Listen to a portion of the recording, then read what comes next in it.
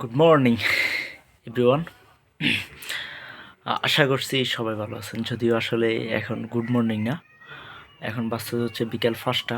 Sorry, 5টা না, আমাদের এখানে বাজতেছে হচ্ছে 4:30। বাংলাদেশে হচ্ছে অলমোস্ট 7:30 বাজতেছে। তো এখন এটা গুড মর্নিং বলার মতো না, যদিও আমাদের জন্য গুড মর্নিং।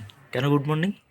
আমরা ভোরবেলায় আসলাম, এসে খাওয়া দাওয়া করে আবার ঘুমালাম, এখনই উঠলাম।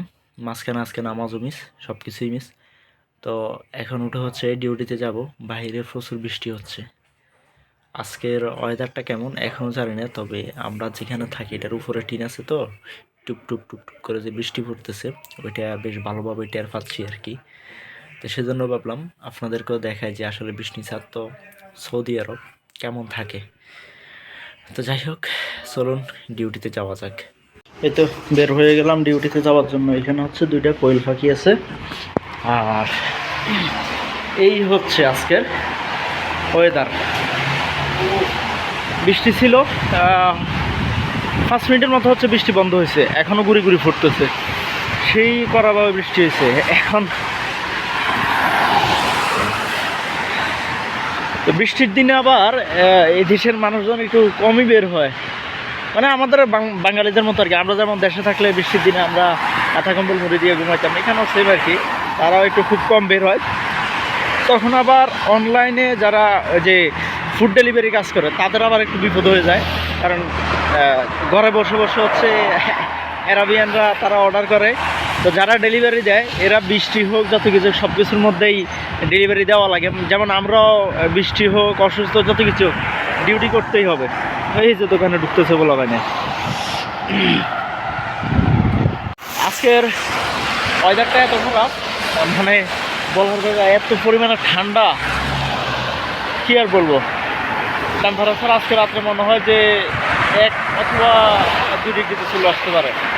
এটা রেগুলারই প্রায় সময় আসে, 3, 4, 5 এরকম প্রায় সময় চলে আসে। আজকে আরও নিচে চলে আসে, হাতগুলো মনে হচ্ছে যে একবারে বরফ হয়ে আসতেছে। সিগন্যাল পড়লো।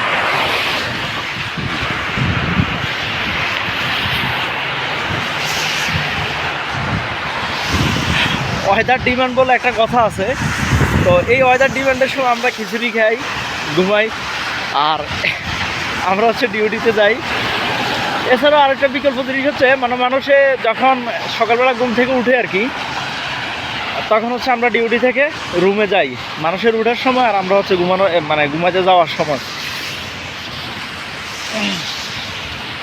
দিনের আলোটা আমরা খুব কমই দেখি। এই শুধুমাত্র ডিউটি থেকে, মানে রুমে, ওই যে ওইখানে হচ্ছে রুম, ওই রুম থেকে এই দোকান পর্যন্ত আসা পর্যন্ত যতটুকু দিনের আলো দেখি, এটাই।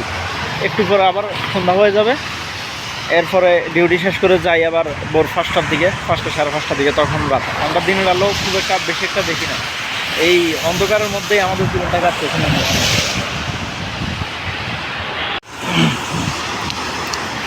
তো যাই হোক, আসলে রিয়াদটা হচ্ছে, মানে সবাই গরমের শহর বলেই জানতো, আমিও গরমের শহর বলেই জানতাম যে এখানে সবসময় শুধু গরমই হয়, বৃষ্টি খুব একটা তেমন না।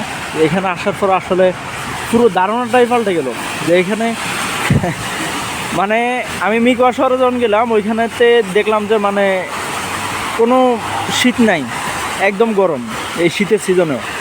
আর এরিয়াতে এসে দেখলাম এইখানের ধারণাটা পাল্টে গেছে। এখানেও জানতাম যে সবসময় গরম, কিন্তু এখানে এসে দেখি এত পরিমাণে শীত, এরপরে বৃষ্টি হচ্ছে, বৃষ্টি হলে তো আরও অবস্থা খারাপ, হাতেগুলো আছে না একবারে জমে যাইতেছে, এরকম একটা অবস্থা। দোকানে ঢুকার পর আর কি মোটামুটি একটুটা উষ্ণতা অনুভব করব, যেহেতু দোকানের ভিতরে তেমন একটা ঠান্ডা বাতাস যায় না, বা এসিটারও হিট দিয়ে রাখলে তখন ওইটার গরম হাওয়া বের হয় আর কি।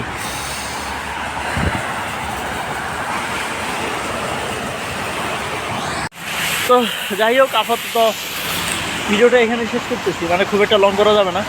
ডিউটি টাইম অলমোস্ট আরও 10 মিনিট আগে হয়ে গেছে, খাওয়া দাওয়া করতে করতে সব মিলে একটু লেট হয়ে গেছে আজকে, সেজন্য ভিডিও আর লং করতেছি না। আপাতত দোকানে ঢুকবো, এই যে আমাদের দোকান। সবাই ভালো থাকবেন, সুস্থ থাকবেন, আল্লাহ হাফেজ, আসসালামু আলাইকুম।